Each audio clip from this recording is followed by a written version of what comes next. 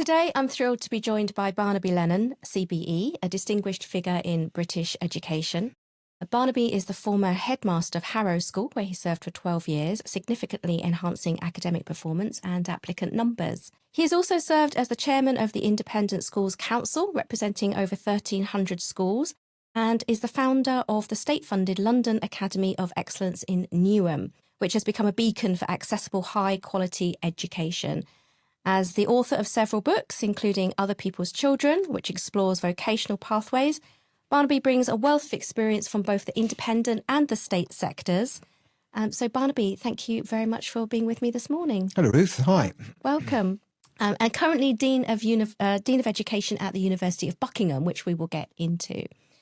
But what I like to do, I like to go back, far, far back, and ask you about your own education. And just tell us, you were educated in the UK, I believe? Certainly I was. So I went to a school called Eton College in southeast London, which it was then and it still is a very, very good, strong academic school. Then I went to Oxford University. And then when I left Oxford University, I was unemployed for a bit. And then I started off as a commodities broker selling coconut. And then having decided I didn't want to do that all my life, I started thinking about applying for other jobs. And just by chance, Eton had an advertisement for a geography history teacher, and just for 6 months, so I applied for that. And within about 2 days, I'd got that job. And in the end, I stayed at Eton for 12 years. So so it was just chance, really. Like so many things, you literally fell into teaching. Yeah. Let's go back, Eltham. I heard you say that you were a hopeless student until you were about 15. Yeah, that's, well, I won't say I was hopeless, but I was, it was a two-stream entry. I mean, I guess there were probably no more than about 40 boys, but 20 were in the A stream and I was in the A stream and 20 were in the B stream. And I would say that with some subjects, I was pretty good, even within the A stream. But with some other subjects, I was really bad. I was very bad at Latin, pretty bad at French, and not very good at maths. And that was a problem for me, particularly maths. I mean, it's an important subject. So eventually my father went to the school and said, could I be put down into the B stream? And so I was put down into the B stream, which meant I could give up Latin. That was great. But it also meant, actually, that I was now top of the B stream, rather than near the bottom of the A stream. And that was very good for my motivation. And so by the time I was 16 or 17, I was just about as good as anyone in my year. But the key thing was the ability to give up Latin. I failed French, incidentally. I did okay in maths in the end. I failed French, which I had to resit when I was 18. And I taught myself the French O-level syllabus. So I'd spent about 8 years studying it at school and had really almost learnt nothing. And I taught myself in about a month and did quite well. So I learnt a little bit about teaching and schools through that experience, which, stays with me now. Interesting about the streaming. And I suppose then Eltham was a selective school. Very selective, yeah, it was, yeah. And you were selected into the A stream, but then, as it turned out, for some subjects. And then, so you fell into, and I mean, you got into Oxford as well. You must have done very well at school in the end. Yeah, I did very well. I mean, I got 3 A grades at A level, which was not that common actually in those days. I mean, obviously there's been terrible grade inflation, so these days it's very common. But then in those days, A level results were not enough. You had to stay on in school for another term and take a set of really difficult exams in November, which included, in my case, quite demanding French into English translation paper, a massive précis English comprehension paper. There were 2 general papers, in addition to questions about the academic subject you were planning to read. So that was quite tough. And that was just for Oxford? Yeah. Wow. And it would be similar for Cambridge. Right. And now they do those standardised tests. Yeah. So they scrapped that system years and years ago. So now you have to do a series of tests, but essentially you're offered a place long before you get your A-level results, and then you have to get A star and 2 A's or whatever it might be at A level. Yeah. I mean, you've touched there on, obviously it's a while ago. I mean, how much do you think that the British curriculum has changed? I was the last cohort to do O-levels, and my sister, who's a year younger than me, she was the first cohort to do GCSEs. I'm giving away my age now. But my children have just done GCSEs and A-levels, and they're still very much exam-based. And, we do hear some criticism of that is it fit for purpose in 2026? Just a couple of things. First of all, you did O-levels and so did I. And I've in my hand here, I've got some O-level papers from 1974. Oh, slightly before my time. Yeah, but they would have been similar. The ones you would have sat would have been similar. And so it's just worth saying that GCSEs are far easier. So we've really dumbed down in this country in particularly, I would say, modern languages, but also maths, English, many subjects. We've dumbed down. For understandable reasons, because in the mid-1980s, the curriculum was changed so that instead of doing O-levels, which were only really for the top 30% of pupils, GCSEs were introduced, which are for the more or less the full ability range. So there had to be more easy questions and fewer harder questions. So that's one change. You mentioned terminal exams. So we've obviously thought long and hard about this in this country. We had a major period of considering this and reform in the period 2010 to 2015. And what we concluded was, first of all, that written exams are the fairest system. And fairness matters a lot, because whether you like it or not, these exams are designed in part to put children into rank order, okay? And they are high-stakes exams. They can affect your whole life. Whether you pass maths or English GCSE has a really big effect on people, actually. So they're fair. And we've explored all the alternatives, and we have certainly concluded that there is no system which is fairer.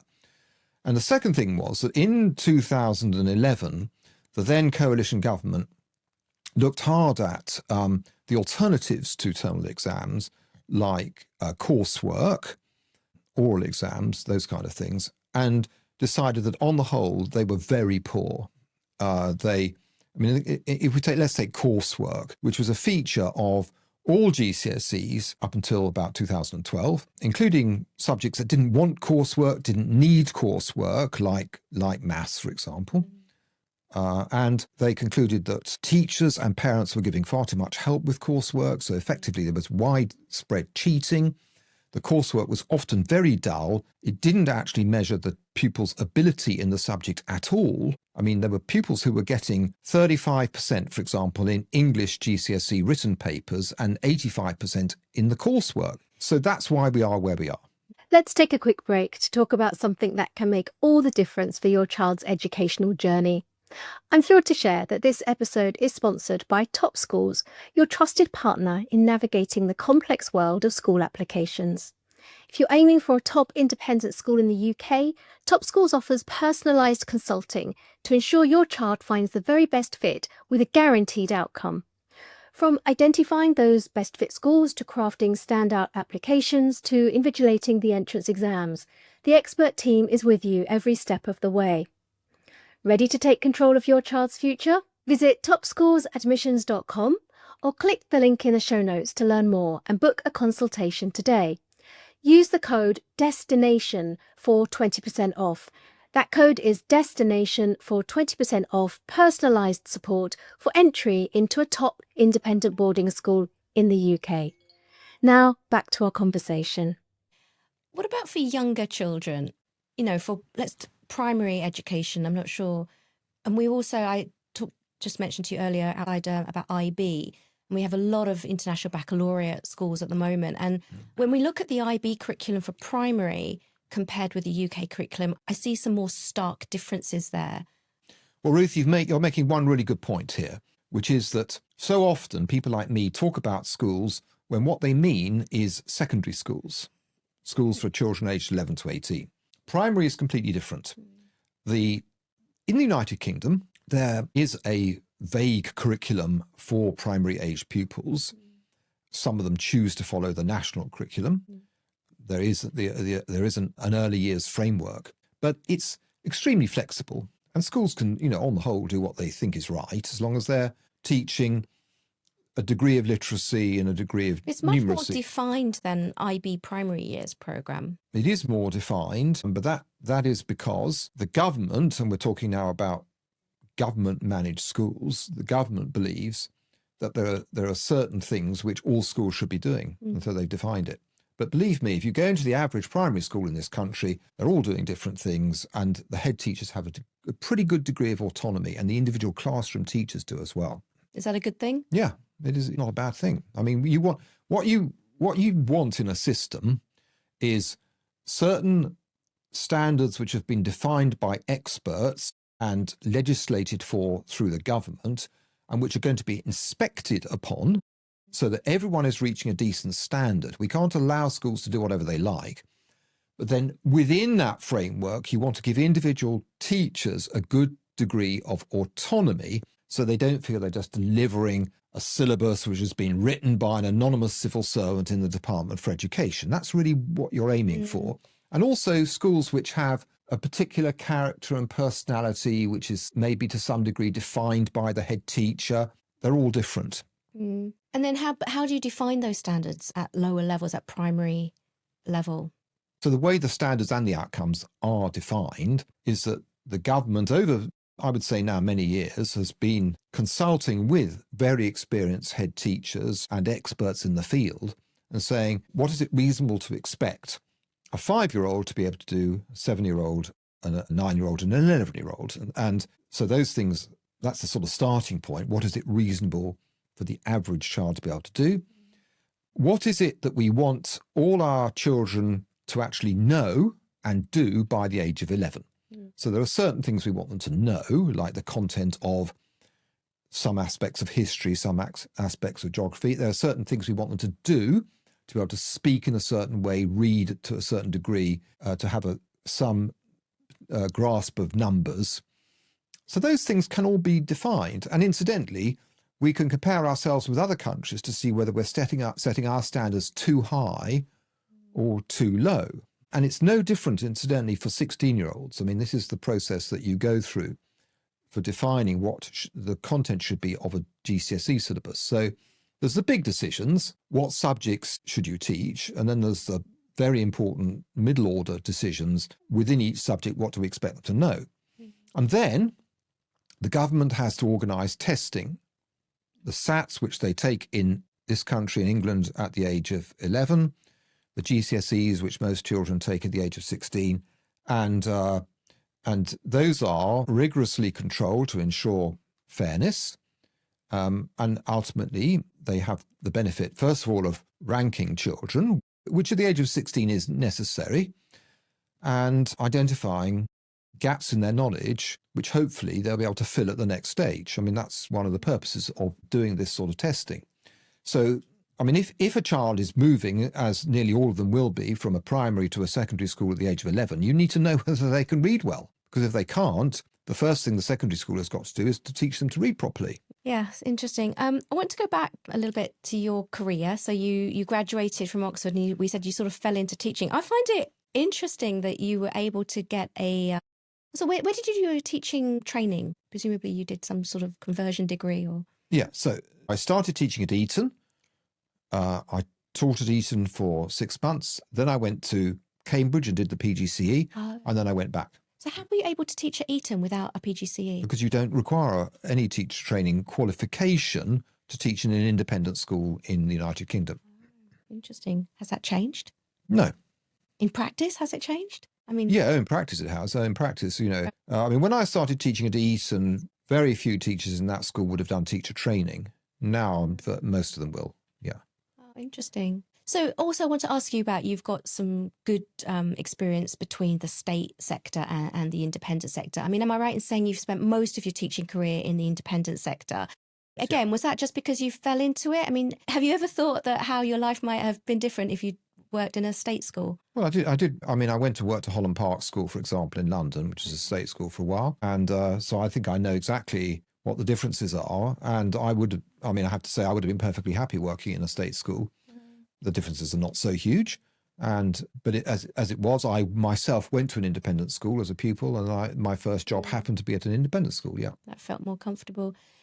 What are the differences, as you see them today, between the state sector and the independent sector? Because a lot of parents listening to this, and a lot of the work that we do, is parents choosing the independent sector for perceived benefits. Yeah.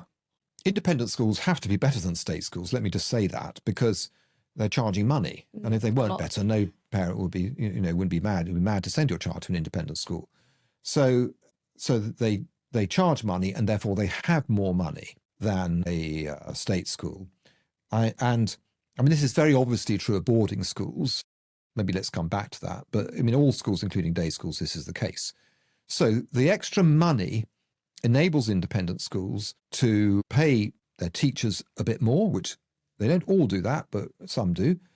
And it certainly enables them to have smaller classes, which many parents quite like. And I would say it also helps them with the delivery of sport, art, music, drama, those things, which are done on at a much greater level than in most state schools. Now, that is particularly true of boarding schools because they've got the time as well as the resources, but it's also true of independent day schools as well. Interesting. So you're saying one of the key differences, and that might have been diminished since last year, is that they have more financial resources. Of course, that's a key difference. The other difference is that they have a slightly greater degree of independence. But in England, 80% of secondary schools are now academies, and they have a good degree of independence. I must confess, I'm not that familiar with the state sector. I was educated in a state primary school, and then I went to a very tiny private girls' school, which has closed down last year. Let's touch briefly. It's been a year now since VAT was introduced on school fees. Over the last year, it's been talked about a lot. I think I've heard you talk about it some. And we've seen so many schools close. 60 something, I think, is the current quota tally. What do you make of that? So VAT meant that the fees went up by 20% in many schools. Some were able to suppress that figure a bit, but it's still quite a big increase. The number of parents whose children have dropped out of independent schools is very small. But for a number of very small, probably junior schools mainly, a loss of even 2 or 3 pupils can mean that they move from a profit to loss. So a number of those schools have closed. But the thing that people don't realise is that there are many, many hundreds of these schools. And in any year, long before COVID or before VAT, in any year, maybe 30 or 40 of those close. And the point you haven't asked me, and that is, how many schools have opened? And actually quite a lot have also opened during this period since VAT has been introduced. New, independent schools, some of them quite small junior schools. So there's always been a degree of flexibility at that end. So obviously VAT is damaging because there'll be quite a lot of pupils whose parents just afford the fees and now they just can't quite afford the fees. A lot of those schools have been putting additional resources into bursaries to help those on the margins parents stay. I'm a governor of 2 independent schools in Birmingham, and that's what we've been doing, helping parents to stay. And is one of, I'm not sure of those 2 schools that you mentioned, but a number of schools that we've spoken with are really increasing their focus on recruiting students from outside of the UK, because the international families that choose it can afford it, thereby creating some... So that's not true of my schools in Birmingham, because they're both day schools. Right. But you're quite right that boarding schools have the option of trying to find parents right the way across the world, but they've always had that option. But you're absolutely right. Yeah. Some of them, it's becoming a real focus because that's where they can create that buffer, as it were, to then sponsor more domestic students for bursaries or scholarships. Absolutely. And the other thing that's been happening is that independent schools have been setting up franchise schools abroad. Yeah. I set up 3, including the one in Hong Kong. Did you? And that's an additional source of income, which is used to fund bursaries for pupils from the United Kingdom. That is the UAE and Japan. And so you were involved somewhat with the establishment of Harrow in Hong Kong, were you? I set it up. I was the headmaster. I was the headmaster of Harrow. In England. London, yes. Yeah, when we set it up. So I remember when Harrow set up in Hong Kong, it was Mel Moreau. He was the first head. Yeah. My son went there very briefly. I think I've got the note. Yeah. So the first one we set up was in Bangkok. The second one was in Beijing, and then Harrow. Briefly, what's your take on all of that? We've seen, these, whether they're franchises or JVs or sometimes they're just the badge on the door, really, aren't they? Well, it depends on the school. I think you're right. Sometimes it's just the name. The school is called something like Malvern Dubai, and it's got nothing to do with Malvern School in the United Kingdom, Wellington, Dubai, you know. But the schools that I know, and I would say the great majority, they've been set up by a business person in the country concerned in close conjunction with the school in the United Kingdom, the mothership, the parent school. So in my case at Harrow, the 3 schools that I set up, and I'm sure it's true of all the ones that have been set up subsequently, were done in close partnership with the school, and many aspects of what we regarded as the fundamental ethos of Harrow in England were adopted by our schools abroad.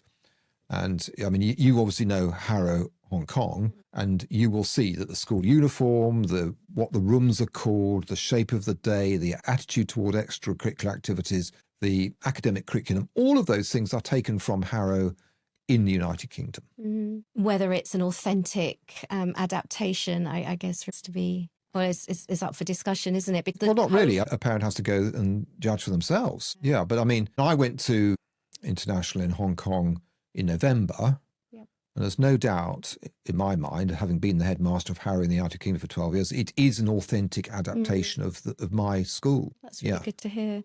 With the very key difference, I want to touch on this, that it's co-ed, most of these schools, when they establish overseas. And you spent a lot of time teaching in boys' schools, notably Eton and Harrow. And we've had heads on here of girls' schools or boys' schools or co-eds. Is there genuinely a difference in the way that girls and boys learn? And should teachers, do they teach differently?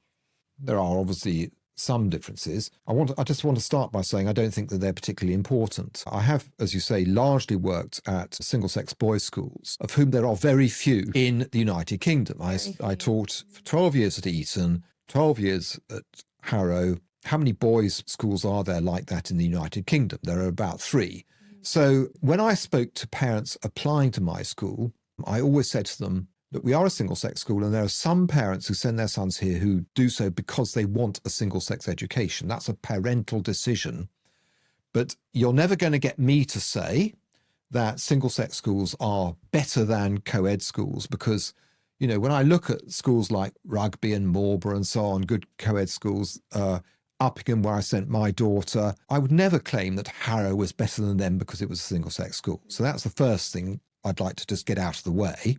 And then in terms of girls and boys, you know, my own experience, I have taught girls in various different schools. And what I think is that girls tend to be more likely to want to please the teacher. They work harder, they're more mature, they do better work. Boys often are not motivated by wanting to please the teacher. They have to be forced to work. They can be forced to work, and they're always grateful. They're grateful if I force them to work. How do you force boys to work? Using a combination, really, of sticks and carrots. But certainly, sometimes you have to use, you know, penalty. So, for example, if I might say to a class, okay, so next lesson we're going to have a test. There are going to be 20 questions. The pass mark is 14. Out of 20. Anyone who gets below 14 is going to have to come back and do a retest, and there's going to be a certain penalty attached to it. And that often works. And especially if you're depriving boys of their liberty in some way, you know. So good teachers know it's a combination of sticks and carrots. Even with the lazy ones, you know, you're always trying to find things that they can do well so you can congratulate them and motivate them and try and get them involved. So I think there are slight differences there, which all teachers of boys and girls, teenagers essentially, will acknowledge. Yeah. No, I don't disagree. I mean, I think you have daughters, right? And they went to Uppingham. I have one girl, one boy. And what we always say to parents as well, it's interesting, like when we start consulting with parents, we actually don't even ask if they're looking at a single sex or a co-ed, because we think it's about fit. So if they happen to go to a girls' school or a boys' school or a co-ed, it's just the choice of the school rather than the fact that it happens to be single sex. So it's not the most important thing, that's all. Certainly not. Why do you think, I mean, that you're right, there's so few boys' schools remaining. Do you have any idea why that is? Yeah, of course I have. The reason is that many many independent schools needed extra pupils, and you can double the number of potential pupils overnight by taking girls. Secondly, as a long time ago, Westminster proved if you take girls into the sixth form, your results suddenly rocket up. Yeah. So Westminster quickly became the highest achieving school in the country on the back of the girls that they take in at 16, stripping them Who out were of already the... proven to be academically, you know. Well, they had to get the Of highest course. possible grades at Of course. GCSE. But also, let me say, out of fairness, that there are parents who find it very inconvenient having to take their son and their daughter to different schools. And so just making the school co-ed is going to be very attractive to quite a lot of parents. And there will be, I would think, more parents now thinking, oh, well, co-education is the modern way, that's what we should do, than would have been true 20 or 30 years ago. So the whole stack of reasons, yeah.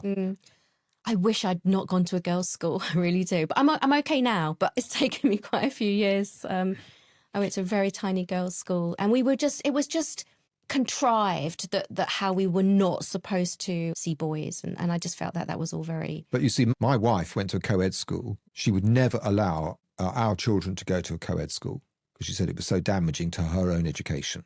But they did. They went to Uppingham. Yeah, but that was in the sixth. So they went to girls' schools up until They there. went to girls' school. They went to North London Collegiate. Oh, yes. One of the schools that is opening at a rate of knots in other countries. I want to get back to your career. So you were teaching. How did you make the transition from being a teacher into senior leadership? Wow. That's not very difficult to answer. So when I'd been at Eton for about 10 or 11 years and I was due to become a housemaster, I had to ask myself the question, did I want to stay there and be a housemaster? Probably for the rest of my life. I thought, no, not particularly. I'm not that interested in being a housemaster in reality, you know, catching boys smoking every evening, that kind of thing. I'm more interested in the academic side of the school. And so I was advised to apply for deputy headships, and it was simply that one straightforward decision. Shall I apply to be a deputy head somewhere rather than stay here at this good school and become a housemaster? That's it. So you went to a different school and took up a... So I went to Highgate School and became the deputy head there. Also opening overseas, all these good brand name schools. So you became a deputy head. And did you continue to teach?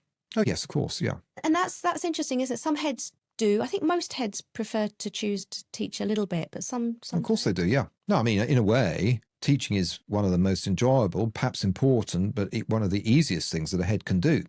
I mean, heads always feel that the classes that they're teaching are disadvantaged because as heads, they don't have enough time to prepare well. But all these heads are very good teachers, and you need to have the opportunity to get to grips with what's going on in the classroom in the school in which you're teaching.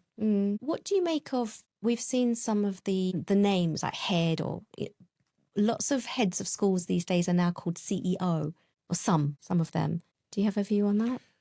Yeah, so a CEO is not necessarily the same as a head. Because schools have started to form groups with several schools in one group, it's normal to have someone on the top of that group who's called the CEO. But I would hope that each individual school would have someone, personally I favour calling them head teachers, or, all principals, whatever you like really, warden, there are all sorts of names you can use. The model that I prefer is you've got a group of schools, CEO on the top, and then you've got individual heads of each of those schools, yeah. Let's move on to, so your current role is Dean of Education at the University of Buckingham. Just tell me briefly what you're doing. You're teaching. So we've got it's one of the largest teacher training organisations in England, let me tell you that. I've got 1,600 students at the moment, and half of them are doing initial teacher training, which means that they're becoming teachers and getting qualified to be teachers. And many of them are in the United Kingdom, most, but there's also quite a large group from overseas doing the International Qualified Teacher Status course, or the Postgraduate Certificate in Education for international students. So we have them for all over the world. And then the other group that are not doing initial teacher training are doing master's courses. So they tend to be middle career teachers who decide they want to do probably an online master's course. Our aim is to drive up basically the number and the quality of teachers mainly in England, but also across the world. Yeah. What sort of people are entering? You're probably going to say it's very diverse. What sort of people are entering the teaching profession in this country? in England, they tend to be pretty bright people, and they're not all necessarily straight out of university, 21, 22. I have quite a lot who are sort of over the age of 25 who come to me, and they have probably tried another job somewhere, found it rather boring or meaningless, and they can see that they're in their lives, they want to do something worthwhile. And teaching in a school is a really worthwhile occupation. I mean, today I'm going for lunch with one of my former pupils. I taught him 40 years ago. I don't really know him very well, but I did something which has obviously impacted him in his life, and he wants to thank me. And that's what teaching does. And young teachers don't always realise that. But I think a lot of the people who are coming to me now to do teacher training are doing it because they can see it has real human value as a career. Do you think there's any personal qualities that people entering the teaching profession tend to possess?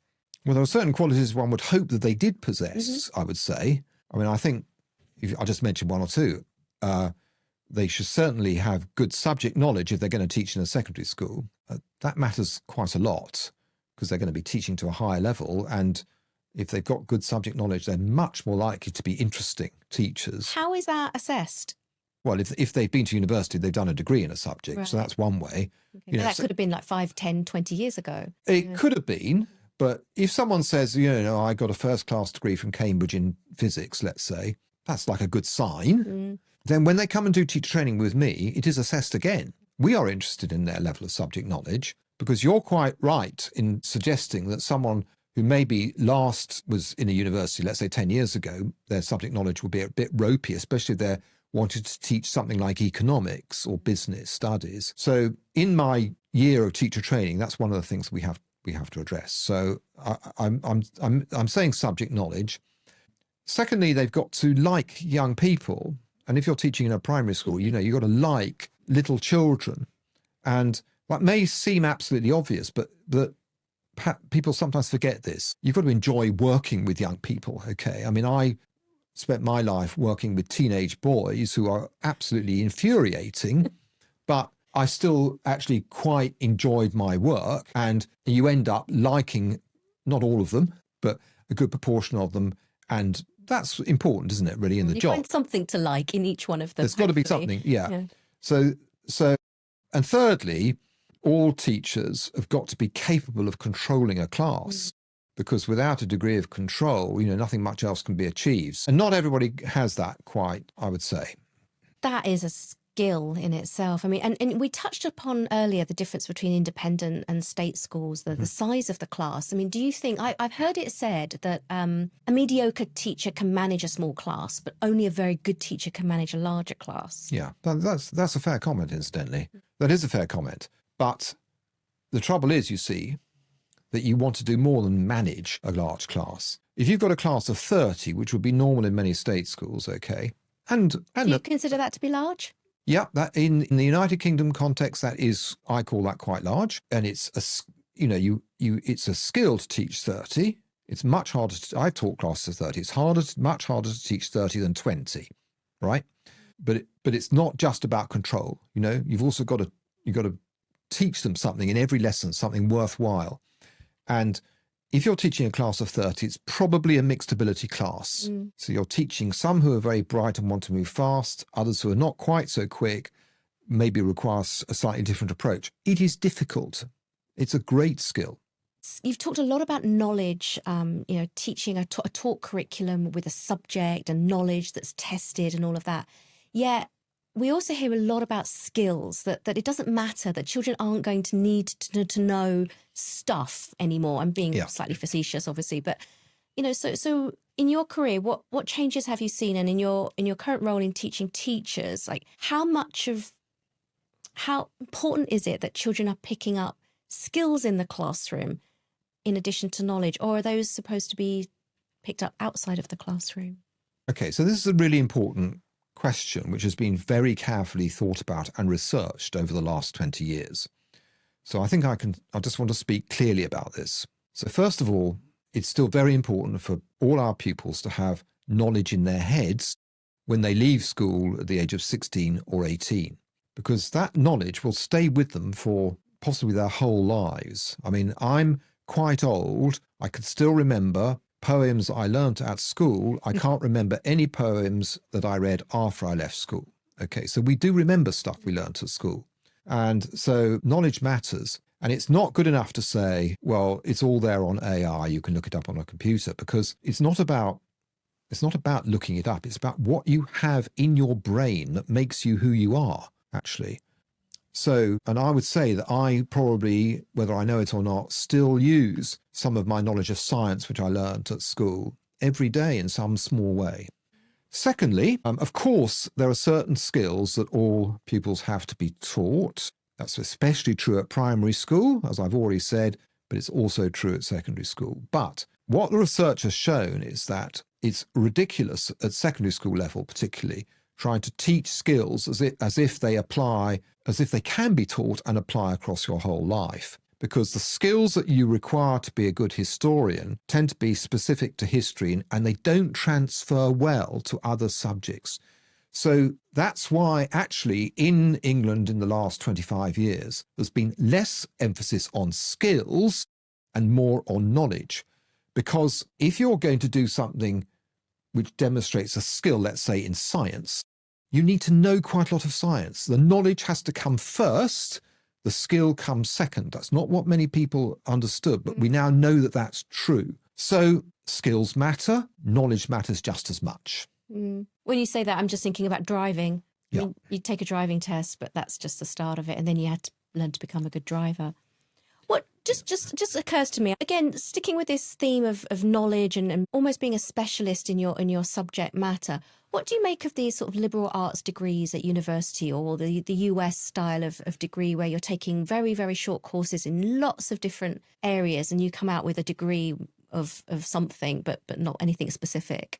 I think that's great, but I don't think that it's necessarily better than alternatives. Remember what I said at the beginning of this chat, that at school I was very good at some subjects and very bad at others. That's true of a lot of people. Yeah. And so I believe in choice. I don't believe in being forced to do too many subjects. I like the idea of a liberal arts program where you can choose things. But even in the American system, eventually you tend to have to specialize in one or two topics, don't you? And that's fine and normal. So what matters is that pupils are motivated. It's all very well shoving these pupils in front of a teacher and here we are, we've got 12 subjects we're going to teach you. It really doesn't work unless the teachers are good and the pupils have a degree of motivation. And for me, having an engaged, motivated pupil is more important than this menu of different subjects that you might want to impose on them. But then I suppose they have the chance that they will be engaged and motivated is higher because they're positively choosing certain subjects. That's why I like the English system, where up until the age of 16 you study 10 things and then you study 3. So should the UK government introduce maths until 18, as they're discussing? Well, they're not discussing it. They did discuss it under Rishi Sunak, you're right. No, they shouldn't, because I think it's crazy because a vast number of pupils these days do maths A-level, so they don't need to have it imposed on them. Another very large group, about a third, fail maths GCSE. And so for them, of course, they are going to carry on doing maths anyway. They are required to by the government. So there's only a group in the middle who have done well in maths at GCSE. And no, I do not believe that these people should carry on doing algebra and trigonometry. They've already mastered maths, leave it at that. So my final question is, a lot of parents listen and watch. What do we look for in a classroom or in a teacher? How do we recognise a good teacher in practice? Okay, I think it's sometimes quite difficult if you're a parent, to recognise what a good teacher looks like, because some of the best teachers I've known, who are incredibly dynamic and powerful in a classroom, appear quite reserved and shy when they were talking to me, maybe as a headmaster, or to parents. So that's just an important thing to remember, that some of the best teachers are able to put on what is actually an act in the classroom. So what I would be looking for, and obviously I've appointed many, many hundreds of teachers, and I'm now training thousands. So, I'm looking for teachers who, in a secondary setting, have really good subject knowledge, who have a degree of enthusiasm, who are ambitious for their pupils, and who are also warm and interesting people who are going to be attractive role models to young people in a school. All sounds very sensible, but it's hard to assess, isn't it? Hard to identify that. It's really hard to assess, but obviously you've got to try if you're a headmaster wanting to appoint the best staff. Interesting. We are out of time. It's been fascinating. Thank you, Barnaby. Thanks for coming. Thanks for listening. If today's episode sparked questions, or if you're ready for support with UK boarding school admissions, we're here to help. Reach out to us at www.topschoolsadmissions.com or follow the link in the show notes. Your child's exceptional UK boarding school educational journey starts with a conversation, so let's have a chat.